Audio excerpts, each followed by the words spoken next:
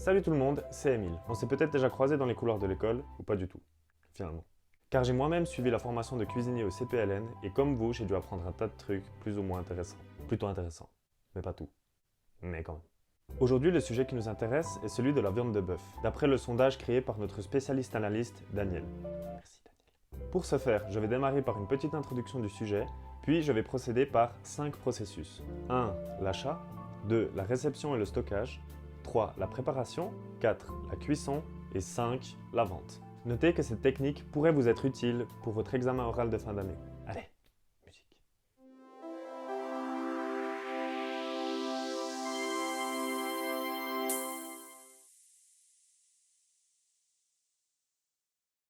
Tout d'abord, qu'est-ce qu'un bœuf? Un bœuf, c'est un mâle castré qui est abattu entre 12 et 18 mois et qui servira donc à la production de viande. Un taureau, c'est un mâle non castré et qui servira à la reproduction. Une génisse est une femelle qui n'a pas encore eu de veau. Après son premier veau, on l'appellera vache et elle servira à produire du lait.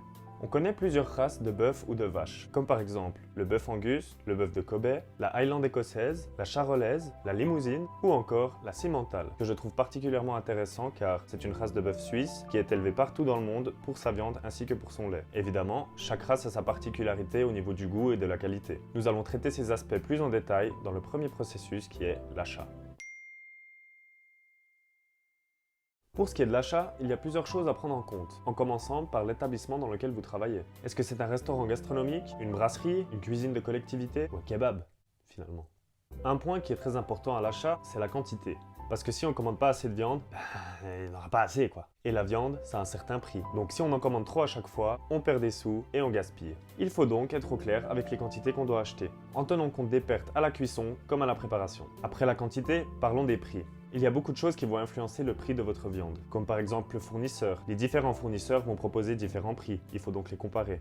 La provenance de votre viande... La provenance de votre viande... La provenance... Ja? Kanske lite senare. La provenance de votre viande aura aussi une influence sur le prix. À vous de choisir si vous voulez une viande d'un élevage indigène ou plutôt une viande importée. Lors de l'achat, vous pouvez aussi faire attention à certains labels, comme par exemple le label IP Suisse ou le label Bio. Ces différents labels auront une influence sur la qualité et sur le prix de votre viande. Encore une chose à laquelle il faut faire attention lors de l'achat, c'est le morceau de viande qu'on veut ou doit commander et son niveau de transformation. Par exemple, si je fais un ragoût, est-ce que je vais commander une épaule entière et c'est moi qui vais la couper en ragoût et ensuite la mariner pour la cuire et servir mon ragoût? Est-ce que j'aurai envie de commander un ragoût prédécoupé et je vais juste m'occuper de l'assaisonnement et de la cuisson? Ou est-ce que je veux commander un ragoût qui est déjà assaisonné, découpé et je n'ai plus qu'à le cuire? Tout cela va dépendre de l'établissement dans lequel on travaille, de l'effectif de la cuisine, du temps de travail disponible et bien sûr du prix qu'on est prêt à dépenser pour la marchandise. Pour ce qui est de la réception des marchandises, assurez-vous tout d'abord que votre bulletin de livraison correspond à votre bulletin de commande. Contrôlez aussi que les quantités livrées correspondent aux quantités que vous avez commandées et n'hésitez pas à peser les marchandises. Les micro-organismes se développent très facilement dans la viande. Il est donc très important de ne pas briser la chaîne du froid. Utilisez un thermomètre pour être sûr que votre livraison soit à la bonne température, c'est-à-dire entre 0 et 2 degrés Celsius. La viande doit évidemment être bien emballée, alors contrôlez que les emballages ne présentent aucun défaut. Il est également très important de se servir de ses sens. Servez-vous de vos mains, de votre nez et de vos yeux pour contrôler que la viande soit de bonne qualité. Et soyez aussi attentif à la propreté du contenant de votre livraison. Une fois la réception effectuée, il faut stocker la viande. Avant de la stocker, il faut la changer de contenant. Passer du bac de livraison qui est sale à un bac de stockage qui est propre. Ensuite, stockez votre viande au réfrigérateur à une température située entre 0 et 2 degrés Celsius. Le taux d'humidité devrait être à 85%. Si le taux d'humidité est plus bas, la viande risquerait de sécher. Au-dessus de 85%, la viande pourrait devenir trop humide et gluante, ce qui favoriserait le développement des micro-organismes. Toujours stocker la viande bien emballée et datée. Stockez de préférence la viande crue au bas du réfrigérateur, et plus vous allez travailler la viande, plus vous allez lui faire gagner des étages. Par exemple, un ragoût qui a été cuit et refroidi en cellule de refroidissement sera stocké tout en haut. Une viande qui a été découpée et qui est en train de mariner sera plutôt au milieu du frigo, et la viande crue sera donc tout en bas. Tout ça pour éviter les contaminations croisées, en faisant l'hypothèse que les bactéries pourraient tomber. Notez encore que le fait de faire mariner une viande ne va pas prolonger votre temps de stockage, mais il va vous permettre d'augmenter la température de stockage de quelques degrés. Pour ce qui est de la préparation, vous connaissez déjà les principes de base. Se laver les mains, travailler proprement, utiliser une planche à découper adéquate ainsi que des couteaux bien aiguisés, trier les déchets, etc. etc. Parlons plutôt de la composition d'un bœuf, de ses morceaux si je puis dire. Notre bœuf est divisé en 11 parties.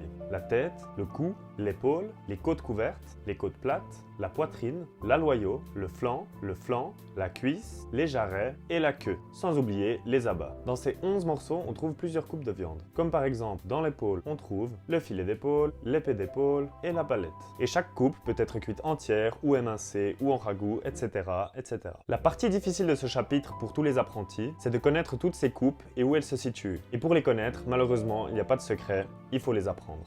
Pour ce faire, je vous mets le lien en description pour le site belle.ch qui présente super bien tous les morceaux et toutes les coupes, ainsi que où elles se situent et leur utilisation. Je vais sans attendre vous expliquer les spécificités des différents morceaux dans la partie cuisson. Parlons peu, parlons cuisson. Ce que nous appelons viande est en fait du muscle constitué de fibres, d'eau, de tissu conjonctif et de graisse. Ce qui va nous intéresser, c'est le tissu conjonctif. Le tissu conjonctif est constitué principalement de collagène, une protéine très résistante. La quantité de tissu conjonctif va dépendre du morceau dont on a prélevé la viande. Si elle provient d'un muscle fortement sollicité comme le cou ou l'épaule, la viande sera riche en tissu conjonctif. Et si elle provient d'un muscle peu sollicité, comme l'aloyau ou la cuisse, la viande sera pauvre en tissu conjonctif. Le but de la cuisson de la viande va être de faire fondre ce collagène de façon à le transformer en gélatine et de rendre la viande plus tendre et juteuse. C'est pour ça que les morceaux riches en tissu conjonctif vont cuire longtemps et souvent dans un milieu humide, braisé par exemple, et les morceaux pauvres en tissu conjonctif nécessiteront un temps de cuisson plus court et une chaleur sèche, comme par exemple une bonne entrecôte sur le grill. Ce qu'il faut savoir sur les morceaux riches en tissu conjonctif, c'est que plus la température de cuisson est importante, plus la viande va perdre du jus rapidement et inversement, plus la température de cuisson est basse, plus la viande sera juteuse. Mais il faudra évidemment plus de temps pour que le collagène se transforme en gélatine. Pour un résultat optimal, optez donc pour une méthode de cuisson humide et à basse température, entre 60 et 80 degrés Celsius. Le résultat sera tendre et juteux, la cuisson à cœur sera bien uniforme et vous aurez un meilleur contrôle sur la cuisson en général. Sur ces bonnes paroles, place à la vente. Le dernier des 5 processus est celui de la vente. La viande de bœuf est très appréciée et forme souvent l'élément principal d'un menu. Elle est un super fournisseur de protéines, mais également de vitamines et de fer. Ces protéines ont une valeur biologique très élevée, ce qui veut dire qu'une petite quantité suffit déjà à couvrir les besoins de l'être humain. Une consommation trop importante de viande n'est cependant pas sans inconvénients. Certaines maladies actuelles sont souvent liées à une consommation exagérée de viande et de graisse animale. La viande de bœuf convient donc à un public très large. Les enfants, les personnes âgées, les sportifs, presque tout le monde en fait. Avec la multitude de choix que nous offre la viande de bœuf, on peut facilement déterminer quel morceau et quelle recette choisir en fonction de notre clientèle. Par exemple, pour des personnes âgées, je vais choisir un morceau pas trop gras, plutôt riche en tissu conjonctif, ainsi qu'une cuisson longue et humide, ce qui nous donne une bonne viande de bœuf qui fond en bouche avec une bonne sauce d'accompagnement. Voilà, nous arrivons au terme de cette vidéo. N'hésitez pas à poser des questions dans les commentaires si quelque chose ne vous semble pas clair. Si la vidéo vous a plu, je vous invite à la liker et de vous abonner à la chaîne si vous souhaitez en apprendre plus sur les bases de la cuisine. Je vous dis à très bientôt pour une nouvelle vidéo. D'ici là, apprenez bien et surtout,